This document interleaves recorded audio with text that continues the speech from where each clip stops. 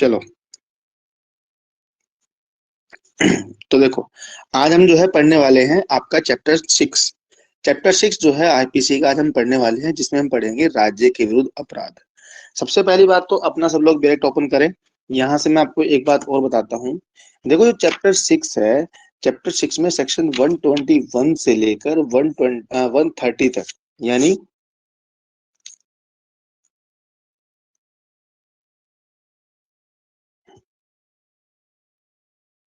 यहाँ पर याद रखना आपको,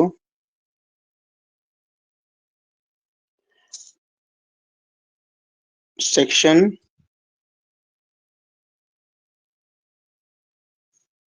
121 से लेकर 130, ठीक है, 121 से लेके 130 तक जो है बात की गई है राज्य के विरुद्ध अपराधों के बारे में। ठीक है, अगर कोई राज्य के विरुद्ध अपराध करता है तो उसके विषय में यहाँ से बताया गया है। आपसे कभी कभी एग्जाम में पूछ लेगा कि राज्य के विरुद्ध किए गए अपराधों के संबंध में किस चैप्टर में बताया गया है, तो आपको याद रखना है चैप्टर नंबर 6। चैप्टर नंबर जो 6 है वो राज्य के विरुद्ध अपराधों के विषय के बारे में उपबंध करता है, जो सेक्शन 121 से लेकर जो है 130 तक बताई गई है। ये बात भी इम्पोर्टेंट है एग्जाम के पॉइंट ऑफ व्यू से, जो आपको याद रखनी है। अब देखो, यहाँ पर क्या कहा गया है। सबसे पहले हम पढ़ते हैं सेक्शन 121 क्या कहता है। पहले 121 के बारे में बात करेंगे, फिर इसको मैं आपको डिटेल में समझाऊंगा। चलो पढ़ा ऐसा जरा इसको। 21 भारत सरकार के विरुद्ध युद्ध करना या युद्ध करने का प्रयत्न करना या युद्ध करने का दुष्प्रेरण करना। जो कोई भारत सरकार के विरुद्ध युद्ध करेगा या ऐसा युद्ध करने का प्रयत्न करेगा या ऐसा युद्ध करने का दुष्प्रेरण करेगा, वह मृत्यु या आजीवन कारावास से दंडित किया जाएगा और जुर्माने से भी दंडनीय होगा।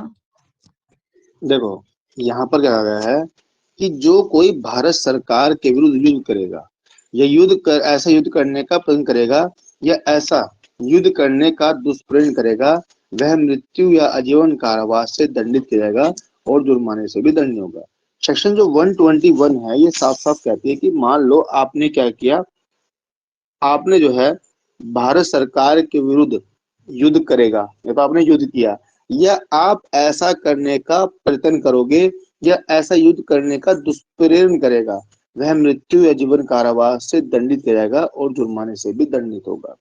यहाँ पर ये आपसे एकदम पूछ लेगा डायरेक्टली कि बताइए, अगर भारत सरकार के विरुद्ध युद्ध करता है या युद्ध करने का दुष्प्रेरण करता है या युद्ध करने का प्रयत्न करता है तो उसके लिए कितना पनिशमेंट है। तो आपको यहाँ पर याद रखना है मृत्यु, आजीवन कारावास या जुर्माना। ठीक है, मृत्यु, आजीवन कारावास और या जुर्माने से क्या करेगा, उसको दंडित किया जा सकता है। ये बात इंपॉर्टेंट है, यहाँ पर याद रखना। देखो यहाँ पर अब आप सोचोगे कि सर इतना ज्यादा, मतलब इतना बड़ा पनिशमेंट क्यों दिया गया है। देखो, अगर कोई व्यक्ति जो है सरकार के विरुद्ध युद्ध करता है, ठीक है, कोई व्यक्ति अगर सरकार के विरुद्ध युद्ध करता है तो उसके लिए उसकी क्या है, माफी नहीं है, उसको मृत्यु या आजीवन कारावास और साथ में जो है जुर्माने से भी दंडनीय बनाया गया है।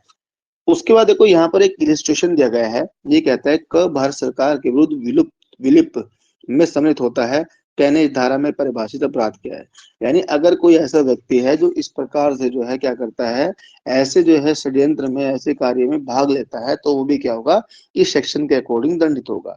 देखो यहाँ पर चाहे अपराध हुआ हो या ना हुआ हो, चाहे तो अपराध हुआ हो या उसका उन्होंने प्रयत्न किया हो या उसका दुष्प्रेरण किया हो, तीनों ही बातें यहाँ पर इंक्लूड कर दी हैं और तीनों ही बातों के लिए क्या होगा, ऐसा व्यक्ति दंडित होगा। ये बात इसमें बताई गई है। एक केस है गणेश डी सावरकर, केस है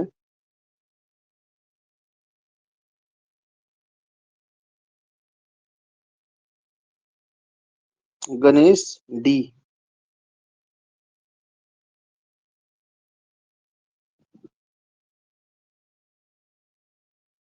सावरकर 1909।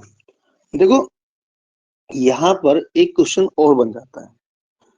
आप पूछोगे कि सर चलो ठीक है, अगर मान लो वो षड्यंत्र कर रहा है, मतलब वो युद्ध कर रहा है तो एक अलग बात है, ये युद्ध करने का प्रयत्न कर रहा है तो एक बात है, दुष्प्रेरण कर रहा है तो एक बात है, लेकिन आप इस बात को कैसे जो है, क्या कोई इसके पैरामीटर है? क्या इन्होंने यहाँ पर ये बताया कि आप ऐसे जो है ऐसे कार्य करके जो है युद्ध नहीं करोगे, या ऐसा कार्य करके जो है षड्यंत्र नहीं करोगे? यहाँ पर ऐसा नहीं बताया गया है। यहाँ पर कहने का मतलब यह है कि अगर आपसे पूछा जाए कि किस फॉर्म में, ऐसी वो कौन कौन सी फॉर्म है जिसके अकॉर्डिंग क्या हो सकता है, जिसके अकॉर्डिंग आप क्या कर सकते हो, भारत सरकार के विरुद्ध युद्ध कर सकते हो। मान लो आपने देखा होगा कभी कभी कोई भड़काऊ भाषण दे देता है, या मान लो किसी ने जो है भड़काऊ जो है ऐसी स्टेटमेंट दे दी जिससे क्या किया, जिससे लोगों ने जो है भारत सरकार के विरुद्ध युद्ध कर दिया, तो क्या ऐसा व्यक्ति दंडित होगा? बताओ। हाँ जी सर। और दंडित तो होगा ही, बिल्कुल क्योंकि भारत सरकार के विरुद्ध है। बिल्कुल। देखो यहाँ पर ये जो गणेश जी सावरकर का मामला है, इसमें क्या बताया गया है, इसमें कहा गया है कि कविताओं के द्वारा पाठकों को युद्ध करने के लिए उकसाने का कार्य सक्षम कार्य है, अभियुक्त युद्ध करने के दुष्प्रेरण का दोषी माना जाएगा। यहाँ पर एक व्यक्ति था, उसने क्या किया, उसने जो है अपनी कविताओं के माध्यम से जो पाठक, मतलब वो कविता पढ़ने वाले थे, उनको क्या कर दिया, उनको ब्रेन वॉश कर दिया। और उन्होंने क्या किया, उन्होंने इसकी उकसाहट में क्या कर दिया, यहाँ पर भारत सरकार के विरुद्ध युद्ध किया। तो यहाँ पर क्या हुआ, यहाँ पर उस व्यक्ति को, किसको, जिसने ऐसी कविताओं का जो है लिखा है और प्रकाशन किया है, उसको यहाँ पर जो है सेक्शन 121 के अकॉर्डिंग दंडित किया जाएगा। भारत सरकार के युद्ध करना जो है किसी प्रकार से हो सकता है, आपने अमेंडमेंट किया है, अमेंडमेंट में आपने चाहे तो उसको इंस्टिगेट किया है, चाहे उसको जो है एड दी है, चाहे कोई क्रिमिनल कॉन्स्पिरेसी की है। अगर इनमें से आपने किसी के द्वारा भारत सरकार के युद्ध किया है या करने का प्रयत्न किया है, तो आप क्या होंगे, आप सेक्शन 121 के अकॉर्डिंग दंडित होंगे। ये बात आपको यहाँ पर याद रखना है। सेक्शन 121 ए क्या कहती है, इसको एक बार पढ़ते हैं। 121 और 121 ए दोनों में जो है आपको कुछ नया देखने को मिलेगा। 121 ए कहती है, धारा 21 द्वारा दंडनीय अपराधों को करने का षड्यंत्र। अब देखो 121 में क्या है, 121 में वैसे तो ऊपर इसने दुष्प्रेरण दे दिया, लेकिन इसके अलावा क्या है, इसने दोबारा से जो है क्या कर दिया, सेक्शन 121 के बारे में कहा कि धारा 121 क्या, धारा 121 द्वारा दंडनीय अपराधों को करने का षड्यंत्र। जो कोई धारा 121 द्वारा दंडनीय अपराधों में से कोई अपराध करने के लिए भारत के भीतर या बाहर षड्यंत्र करेगा, या केंद्र सरकार को या किसी राज्य सरकार को आपराधिक बल द्वारा या आपराधिक बल के प्रदर्शन द्वारा आतंकित करने का षड्यंत्र करेगा, वह आजीवन कारावास से या दोनों में से किसी भारतीय कारावास से जिसकी अवधि 10 वर्ष तक हो सकेगी दंडित किया जाएगा और जुर्माने से भी दंडित होगा। अब सेक्शन जो आपकी आती है 121 से, उसमें इसने थोड़ा सा क्या कर दिया, डिफरेंट कर दिया। सेक्शन 121 में इसने कहा था कि मृत्यु जीवन कारावास या जो है जुर्माना दंड होगा, लेकिन सेक्शन 121 ए में कहता है कि जो कोई ऐसे भारत सरकार के विरुद्ध, यानी केंद्र सरकार के विरुद्ध या राज्य सरकार के विरुद्ध ऐसा कोई षड्यंत्र करेगा और उस षड्यंत्र के बिहाफ पर या तो उसको आतंकित करेगा, ठीक है, या कोई ऐसा प्रदर्शन करेगा या आपराधिक बल के द्वारा इस प्रकार का कोई कार्य करेगा, तो वह आजीवन कारावास से या दोनों में से किसी के भांति कारावास से जिसकी अवधि 10 वर्ष तक की हो सकेगी दंडित किया जाएगा और जुर्माने से भी दंडित होगा। देखो यहाँ पर क्या होता है, यहाँ पर एक कंफ्यूजन क्रिएट हो जाता है। अब ऊपर तो ये कह रहा है, ऊपर भी तो ये बात हो रही है, ऊपर तो ये कह रहा है कि जी मृत्यु कारावास होगा, लेकिन सेक्शन 121 ए में कह रहा है कि यहाँ पर क्या है, यहाँ पर आपका जो है आजीवन कारावास या फिर जो है जिसकी अवधि 10 वर्ष तक की है उसमें कारावास होगा। अगर वो पूछेगा कि खाली 121 ए में कितना पनिशमेंट बताया गया है, तो आपको याद रखना है आजीवन कारावास या 10 वर्ष तक का कारावास या फिर जुर्माना या फिर दोनों से दंडनीय होगा। सेक्शन 121 ए के कोड। लेकिन अगर वो पूछेगा सेक्शन 121 के अगेंस्ट कितना है, तो 120 आपको पता है कि मृत्यु,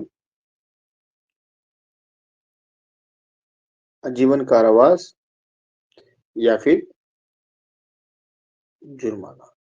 ये बातें आपको यहाँ पर याद रखनी। यहाँ पर क्या है, यहाँ पर आजीवन कारावास या फिर आपका जो है 10 साल का कारावास। ये दोनों ही बातें इंपॉर्टेंट है जो एग्जाम के पॉइंट ऑफ व्यू से आपको याद रखनी है। अब देखो इसमें ही जो है एक स्पष्टीकरण भी दिया गया है। स्पष्टीकरण कहता है कि इस धारा किसी षड्यंत्र घटित होने के लिए आवश्यक नहीं है कि उसके अनुसरण में कोई कार्य या अवैध लोग घटित हो। एक बात और नहीं आई निकल के, वो आई सेक्शन 121 ए में।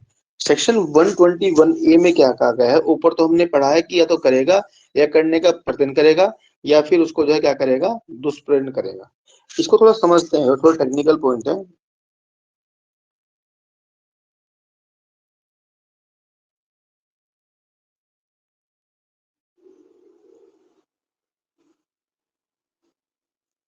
देखो, जो सेक्शन 121 है, इसमें तो इसने कहा है कि या तो अपराध घटित हो रहा है, अपराध करेगा, या फिर उसका प्रयत्न, या फिर उसका दुष्प्रेरण। यहां पर इसने कहा है कि षड्यंत्र, कॉन्स्पिरेसी की बात की है। यहाँ पर इसने कहा है षड्यंत्र, यानी कोई व्यक्ति अगर यहाँ पर क्या कर रहा है, यहाँ पर तो एक्ट, अच्छा ये बताओ एक्ट कहाँ पर हो रहा है? एक्ट ऊपर हो रहा है कि नीचे हो रहा है? ऊपर हो रहा है। षड्यंत्र जो, सॉरी, एक्ट जो हो रहा है वो हो रहा है 121 के अकॉर्डिंग। क्योंकि यहाँ पर क्या है, मान लो किसी ने अपराध कर दिया, या फिर मान लो कोई क्या क्या किसी ने अपराध करने का प्रयत्न किया, वो एक अलग बात है, उससे नहीं हुआ, लेकिन उसने अटेम्प्ट तो किया, या फिर उसने क्या किया, ऐसे अपराध करने का दुष्प्रेरण किया। तो यहाँ पर तो क्या है, यहाँ पर तो एक कंप्लीट ऑफेंस हो रहा है। लेकिन इसके जो सेक्शन 121 ए है, इसका जो स्पष्टीकरण है, उसमें क्या बताया गया है? उसमें ये कह रहा है कि यहाँ पर ये जरूर नहीं है कि षड्यंत्र घटित होने के लिए आवश्यक है कि कोई अपराध किया गया हो। कोई अपराध चाहे ना भी किया गया, जैसे एग्जाम्पल के लिए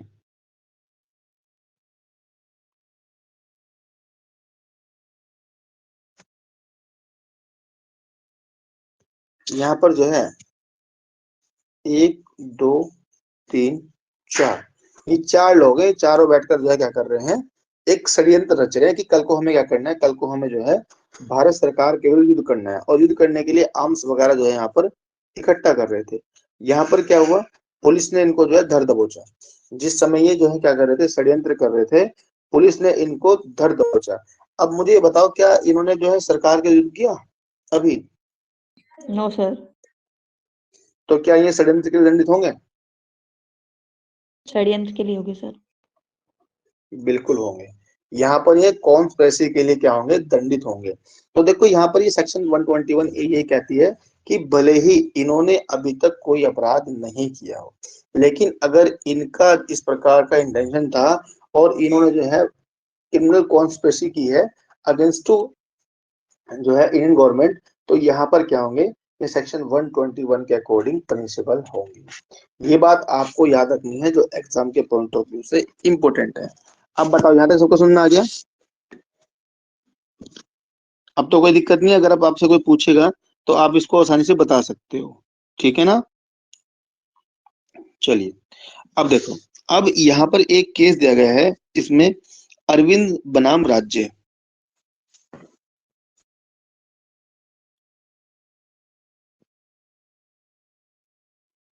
केस नेम लिख लो।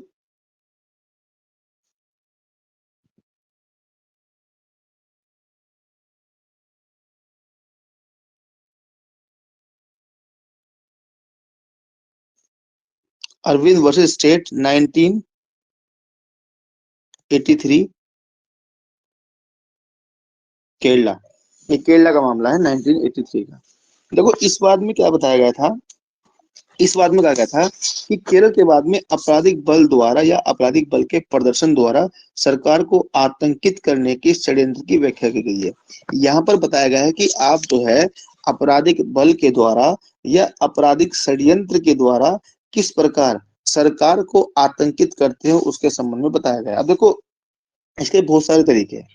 आप जो है, अब तो पहले तो चलो फिजिकली था, तो आप सोशल मीडिया पर भी देखो, सोशल मीडिया पे आप कुछ ऐसी पोस्ट कर दो जिससे जनता भड़क जाए और भड़क के वो जो है सरकार के युद्ध करने लगे, तो आपको वहां पर भी जो है अबेटमेंट के लिए पनिशेबल किया जाता है। आपने कोई ऐसी हेट स्पीच दे दी, हेट स्पीच का मामला वो चलता है। आपने कोई ऐसी हेट स्पीच दे दी जिससे क्या हुआ, जिससे जो है जनता में आक्रोश उत्पन्न हो गया। आपने कोई लेख लिख दिया सरकार के विरुद्ध, जिससे क्या हुआ, जनता आतंकित होकर जो है क्या करने लगी, सरकार के विरुद्ध युद्ध करने लगी। तो आप जो है आपराधिक बल और आपराधिक प्रदर्शन द्वारा इस प्रकार अगर कोई अपराध करते हैं तो उसको जो है इस श्रेणी में रखा गया है। ये बात बताई गई है सेक्शन 121A में। अब देखो सेक्शन 121 जो है 122 क्या कहती है, इसके बारे में बात करते हैं थोड़ी देर इसको ऐसे। Yes sir. सेक्शन 122 भारत सरकार के विरुद्ध युद्ध करने के आशय से आयुध संग्रह करना। जो कोई भारत सरकार के विरुद्ध या तो युद्ध करने या युद्ध करने की तैयारी करने के आशय से पुरुष आयुध या गोला बारूद संग्रह करेगा या अन्यथा युद्ध करने की तैयारी करेगा, वह आजीवन कारावास से या दोनों में से किसी भांति के कारावास से, जिसकी अवधि 10 वर्ष से अधिक की नहीं होगी, दंडित किया जाएगा और जुर्माने से भी दंडनीय होगा। अब देखो, अब इसने बात कर दी यहाँ पर यह किस बात की, प्रयत्न करने की। पहले ऊपर षड्यंत्र था, अब इसने कहा प्रयत्न के बारे में।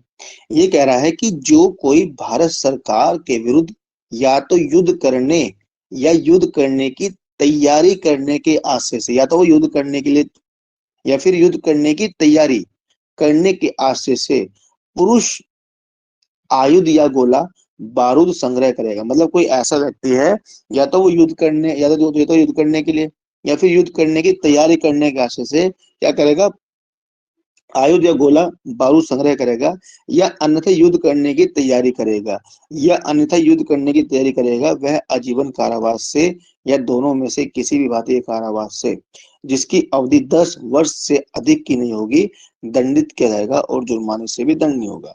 देखो, हमने एक बात पढ़ी थी अभी पीछे, मैं उसको फिर रिपीट कर देता हूँ।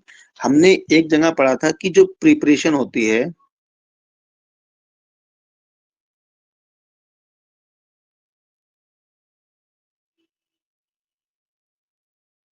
ये अपने आप में दंडनीय नहीं होती, राइट।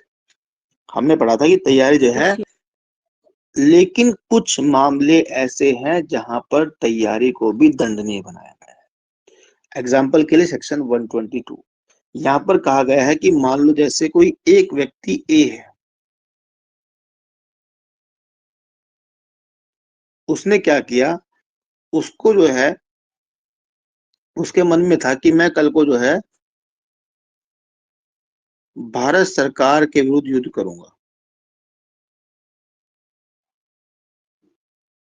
ठीक है। उसका यह था कि मैं भारत सरकार के विरुद्ध युद्ध करूंगा, और उसके लिए वो क्या कर रहा था, अपने घर में जो है असला बारूद इकट्ठा कर रहा था, ठीक है। असला बारूद को इकट्ठा कर रहा था। जब वो इस प्रकार असला बारूद इकट्ठा कर रहा था, तैयारी कर रहा था, तो उसी समय उसको जो है पुलिस के द्वारा धर दबोचा गया। तो यहाँ पर क्या होगा, यहाँ पर उसको जो है 10 वर्ष तक का कारावास हो सकता है,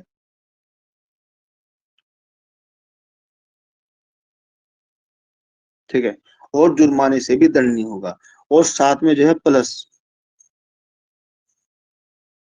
जुर्माने से भी क्या किया जाएगा, उसको दंडित किया जाएगा। अगर एग्जाम में आपसे पूछेगा क्वेश्चन, देखो पूछेगा षड्यंत्र के लिए कितना है, तो षड्यंत्र के मैंने आपको बताया कि आजीवन कारावास या 10 वर्ष, और पूछेगा कि जो है भारत सरकार के विरुद्ध युद्ध करने के लिए जो है कितना पनिशमेंट है, तो उसके प्रयत्न के लिए तैयारी के लिए कितना है, तो तैयारी के लिए मैंने आपको बता दिया 10 वर्ष का कारावास प्लस जुर्माना, दोनों से क्या होगा, दंडनीय बनाया गया है। तो सेक्शन 122 में जो है केवल इतनी ही बात बताई गई थी जो एग्जाम के पॉइंट ऑफ व्यू से इंपोर्टेंट थी। इसके बाद आता है आपका सेक्शन 123। 123 कहता है युद्ध करने की परिकल्पना को सुकर बनाने के आशय से छिपाना। पढ़ो इसको जरा ऐसा। सेक्शन 123 युद्ध करने की परिकल्पना को सुकर बनाने के आशय से छिपाना।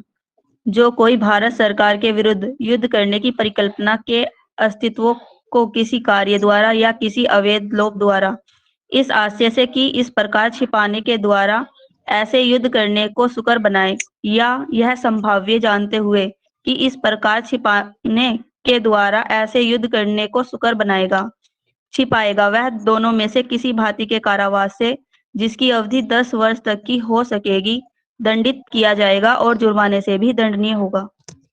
देखो यहाँ पर इसने क्या कहा है कि मान लो कोई व्यक्ति है, उसको पता है कि जैसे मान लो 4 व्यक्ति है, उनको पता है, पांचों को पता है कि कल को जो है क्या करने वाले हैं, ये युद्ध करने वाले हैं भारत सरकार को। या तो वो इस परिकल्पना को छिपाता है, या फिर वो क्या करता है, या फिर जो है ऐसे युद्ध को जो है और अच्छे से, मतलब सुकर का मतलब एक तरह से कह सकते हैं कि उसको आसान बनाने के तरीके से उसको जो है वो युद्ध करने के लिए जो है उसको क्या करता है, सोकर बनाता है। सोकर मतलब ताकि वो आसानी से क्या कर सके, युद्ध कर सके। तो वहां पर क्या होगा, ये कहता है कि जो कोई भारत सरकार के विरुद्ध युद्ध करने की परिकल्पना के अस्तित्व को किसी कार्य द्वारा या किसी अवैध लोभ द्वारा इस आशय से कि इस प्रकार छिपाने के द्वारा ऐसे युद्ध करने को सुकर बनाए। मतलब वो ऐसी परिकल्पना को छिपाता है, उसे पता है कि जो मेरे जो घर के जो बराबर में घर है, वहां पर जो है लोगों का जमावड़ा लगा हुआ है, क्योंकि वो लोग क्या कर रहे हैं, वो लोग कल को जो है भारत सरकार के विरुद्ध युद्ध करने वाले हैं। ठीक है,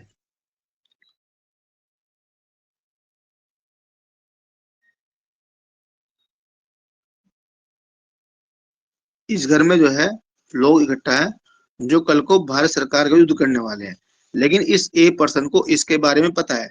लेकिन पता होने के बावजूद भी ये व्यक्ति जो ए है, ये क्या करता है, उस परिकल्पना को छिपाता है ताकि क्या कर सके, ताकि जो है वो जो लोग हैं वो कल को भारत सरकार का युद्ध कर सके।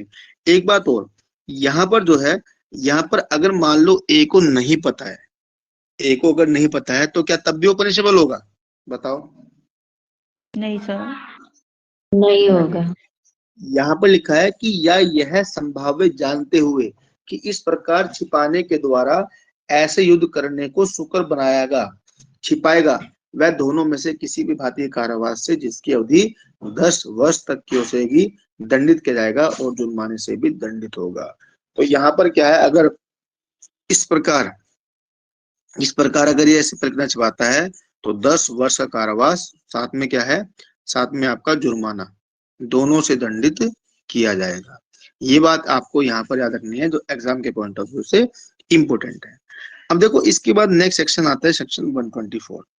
124 में बताया गया है कि किसी विधिपूर्ण शक्ति का प्रयोग करने के लिए या विवश करने का या उसका प्रयोग अवरोधित करने के आशय से राष्ट्रपति, राज्यपाल आदि पर हमला करना। मान लो आप जो है क्या कर रहे हो, आप जो है मतलब किसी विधिपूर्ण शक्ति का प्रयोग करने के लिए या उसको विवश करने के लिए क्या करते हो, उसके या फिर जो है उसका प्रयोग अवरोधित करने के लिए राष्ट्रपति या राज्यपाल पर हमला करते हो, तो उस कंडीशन में क्या होगा, पढ़ो जरा से इसको। जी सर। सेक्शन 124 किसी विधिपूर्ण शक्ति का प्रयोग करने के लिए विवश करने या उसका प्रयोग अवरोधित करने के आशय से राष्ट्रपति, राज्यपाल आदि पर हमला करना। जो कोई भारत के राष्ट्रपति या किसी राज्य राज्यपाल को ऐसे राष्ट्रपति या राज्यपाल की विधिपूर्ण शक्तियों में से किसी शक्ति का किसी प्रकार प्रयोग करने के लिए या प्रयोग करने से विरत रहने के लिए उत्प्रेरित करने या विवश करने के आशय से ऐसे राष्ट्रपति या राज्यपाल पर हमला करेगा या उसको सदोष अवरोध करेगा या सदोष अवरोध करने का प्रयत्न करेगा या उसे आपराधिक बल द्वारा या आपराधिक बल के प्रदर्शन द्वारा आतंकित करेगा या ऐसे आतंकित करने का प्रयत्न करेगा, वह दोनों में से किसी भांति के कारावास से जिसकी अवधि 7 वर्ष तक की हो सकेगी, दंडित किया जाएगा और जुर्माने से भी दंडनीय होगा। हाँ, बस में यही बात बताई गई है जो मैंने आपको बताई है, इसमें कोई ऐसी टेक्निकलिटी तो है नहीं। ठीक है, अगर मान लो इस तरह शक्ति का प्रयोग करता है, उसका विवश करता है, उसका विरोध करता है, या राष्ट्रपति या राज्यपाल पर हमला करता है, उसका सदोष अवरोध करेगा, ठीक है, तो दोनों में से किसी भारतीय कारावास से जिसकी अवधि 7 वर्ष तक की हो सकेगी, दंडित किया जाएगा और जुर्माने से भी दंडनीय होगा। ठीक है, ये बात आपकी यहाँ पर बताई गई है जो आपको याद रखनी है। अब देखो उसके बाद जो इम्पोर्टेंट सेक्शन आती है वो आती है सेक्शन 124A, जिसको बोलते हैं सेडिशन। सेडिशन मतलब राजद्रोह। अब यहाँ पर राजद्रोह जो है, राजद्रोह को सबसे पहले तो आपको जो है याद रखना है, ये सेक्शन जोड़ी कब गई थी। इस सेक्शन को जो है जोड़ा कब गया था, तो लिख लो साइड में, चाहे आपके पास अगर नहीं लिखा हो तो लिख लो। देखो इस सेक्शन को लिखो, लिखो राजद्रोह का अपराध मूल संहिता में नहीं था। राजद्रोह का अपराध मूल संहिता में नहीं था। इट मीन जब आपका आईपीसी बनी तो उस समय जो है राजद्रोह के अपराध के बारे में मूल संहिता में नहीं बताया गया था। राजद्रोह का अपराध मूल संहिता में नहीं था। इस धारा को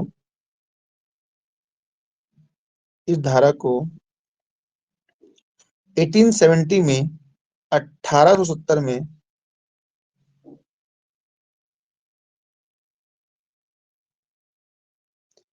1870 में संशोधन अधिनियम द्वारा जोड़ा गया।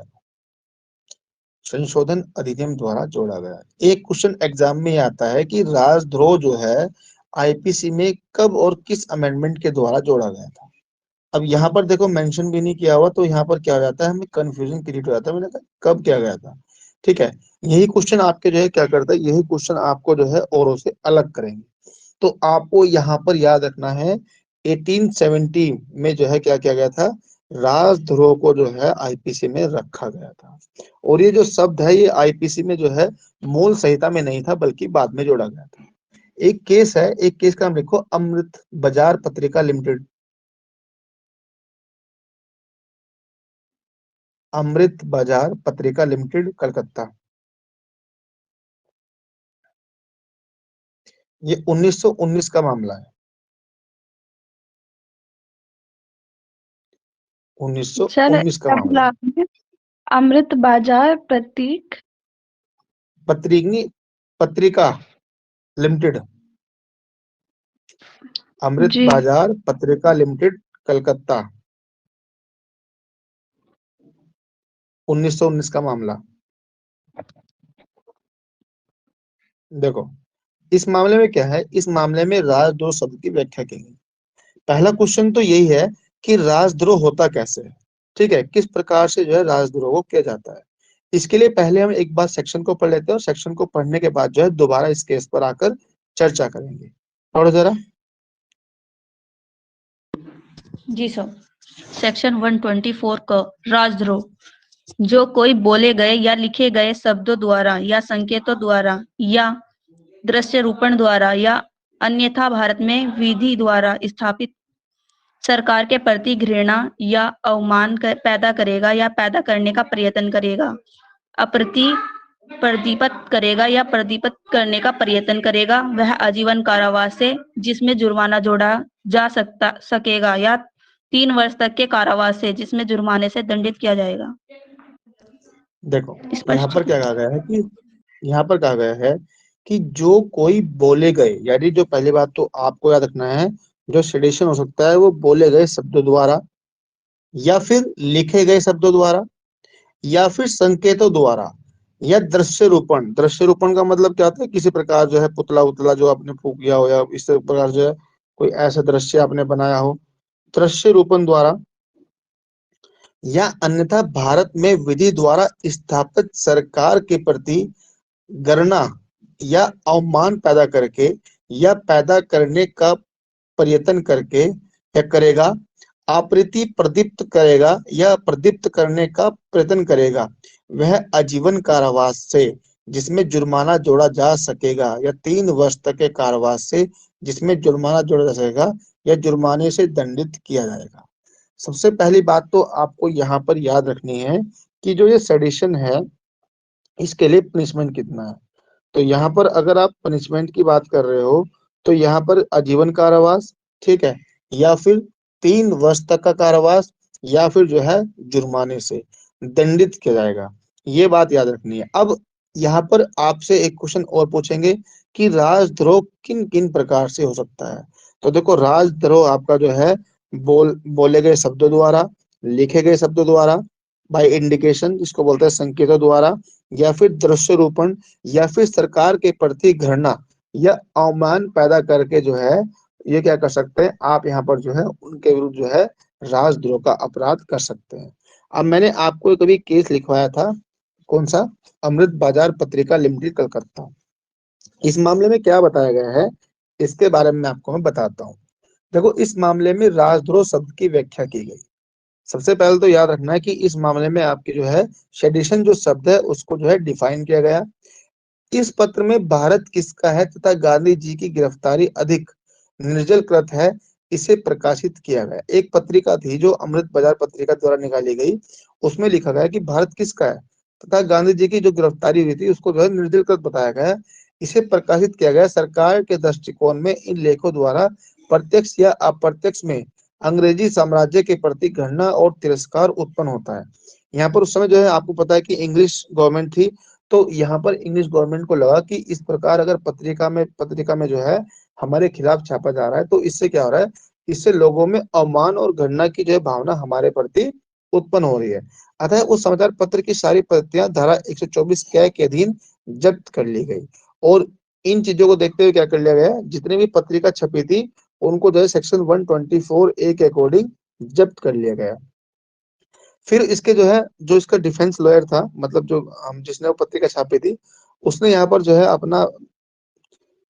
अपनी जो है बात पेश करी। उसने कहा प्रतिपक्ष ने अपनी प्रतिरक्षा में यह तर्क दिया कि लेखक को यह मत प्रकट करने की स्वतंत्रता थी कि वे लेख राजद्रोह वाले आशय से नहीं लिखे गए और जब तक कि धारा 121 के अधीन दोषसिद्धि न प्रमाणित हो जाए समाचार पत्र की जब्ती का आदेश जारी नहीं किया सकता। यहाँ पर इन्होंने कहा कि साहब हमने जो है ये जो बात छापी है, बात तो छापी है, लेकिन हमारा इंटेंशन जो है ब्रिटिश सरकार के खिलाफ ना तो किसी को भड़काना था और ना ही उसका अवमान पैदा करना था। और जब तक सेक्शन 121 के अकॉर्डिंग जो है दोषसिद्धि नहीं हो जाती है तब तक आपको जो है अखबार जब्त करने की जो है क्या नहीं है, पावर नहीं है। कहने का मतलब यह है कि लेकिन हमारा मतलब यहाँ क्या है, हमारे लिए क्या निकला यहाँ से, हमारे लिए निकला कि अगर कोई ऐसा जो है पत्रिका है, कोई ऐसा जो है कोई पेपर है, कोई कुछ भी है जिस पर आप बोले गए शब्दों द्वारा, लिखे गए शब्दों द्वारा या संकेतों द्वारा इस प्रकार का कोई चित्र बनाते हो जिससे क्या है, जिससे राजद्रोह होने की संभावना है, तो ऐसा मामला सेक्शन 124 ए के अकॉर्डिंग आएगा और आप उसके लिए पनिशेबल भी हो सकते हो। ये बात बताई गई है। अब देखो यहाँ पर एक शब्द हमने पढ़ा अप्रीति। अप्रीति का मतलब क्या होता है, देखो इसके स्पष्टीकरण फर्स्ट में बताया गया है। अप्रीति पद के अंतर्गत अभिभक्ति, अभक्ति और शत्रुता की समस्त भावनाएं आती हैं। मतलब आप क्या कर रहे हो, आप जो है किसी व्यक्ति के अंदर अप्रीति क्या कर रहे हो, अप्रीति उत्पन्न कर रहे हो, जिससे क्या हो रहा है, जैसे मान लो कोई देशभक्त है तो देश भक्त जो है क्या बन गया, देश रक्षक जो है क्या बन गया, देश भक्षक बन गया।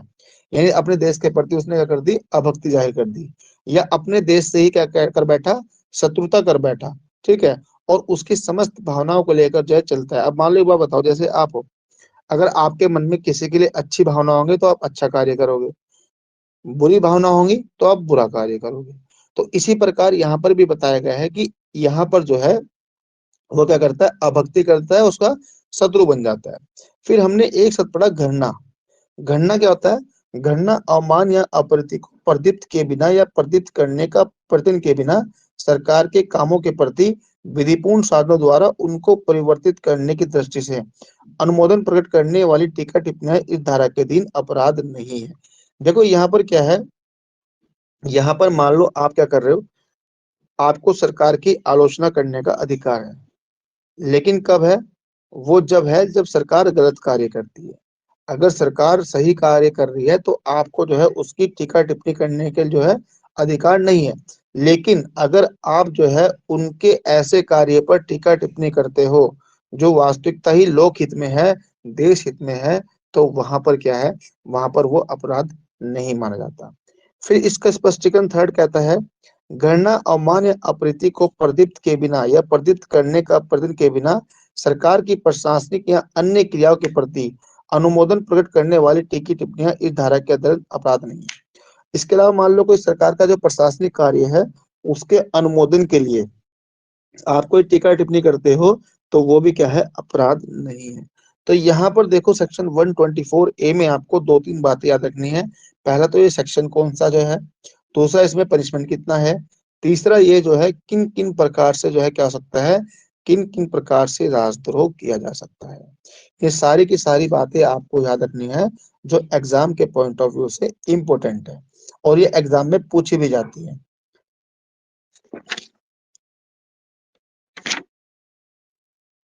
तो देखो आज हमने जो है, मैंने आपको आज इतना पढ़ाया, बाकी इसका जो है और बचा हुआ पार्ट है, इसको हम कल पढ़ेंगे। इसमें काफी सारे केस लॉज भी हैं और इसके ऊपर एक क्वेश्चन बनता है सेपरेटली। ठीक है, इसमें मैं आपको लिखवाऊंगा कि इसके आवश्यक तत्व कौन कौन से हैं। यहाँ पर अनुमोदित का मतलब क्या होता है, इसकी जो है संवैधानिकता क्या है, ठीक है। क्योंकि देखो अगर बोलना जो है राजद्रोह है तो फिर आर्टिकल 90 क्यों दिया हुआ है, वहां पर क्या रोल है इसका, इसके बारे में कल बात करेंगे। और साथ ही साथ बात करेंगे इसके जो है इम्पोर्टेंट जो है टॉपिक्स के बारे में, जैसे संकेतों द्वारा, बोले गए शब्दों द्वारा, दृश्यरूपण द्वारा, इसका क्या मतलब होता है, कैसे होता है, इन सब के बारे में हम कल बात करेंगे, ठीक है। चलिए फिर आज के लिए इतना ही पढ़ते हैं, बाकी फिर जो है आपका नेक्स्ट क्लास में इस सेशन को कंप्लीट करने की कोशिश करेंगे।